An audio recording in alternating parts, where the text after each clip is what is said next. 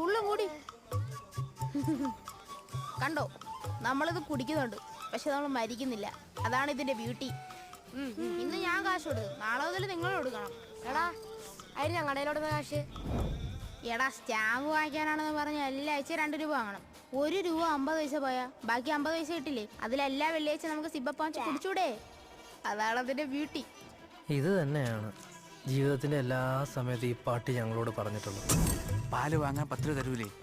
പാലിന് 8 രൂപയിലേ ആവും. ബാക്കി വരുന്ന 2 രൂപ കൂട്ടി വെച്ച് 5-ാം ദിവസം വെള്ളിയാഴ്ച നമുക്ക് ഇതുപോലെ കോള വെച്ച് കുടിച്ചൂടെ? അതല്ലേ എന്തൊരു ബ്യൂട്ടി. ഗ്രാഫ് മേടിക്കാൻ 50 രൂപ തരില്ലേ? ഗ്രാഫിന് 40 രൂപയിലേ ആവും. ബാക്കി 10 രൂപ കൂട്ടി വെച്ചാ എല്ലാ വെള്ളിയാഴ്ചയും നമുക്ക് ഇതുപോലെ വലിച്ചൂടെ? ക്യാൻസർ വരും. അതല്ലേ അതിന്റെ ഒരു ബ്യൂട്ടി. പ്രോജക്റ്റ് ഉണ്ടാക്കാൻ വേണ്ടി വീട്ടിൽ നിന്ന് 3000 രൂപ കിട്ടൂലേ? 2500 ആവും.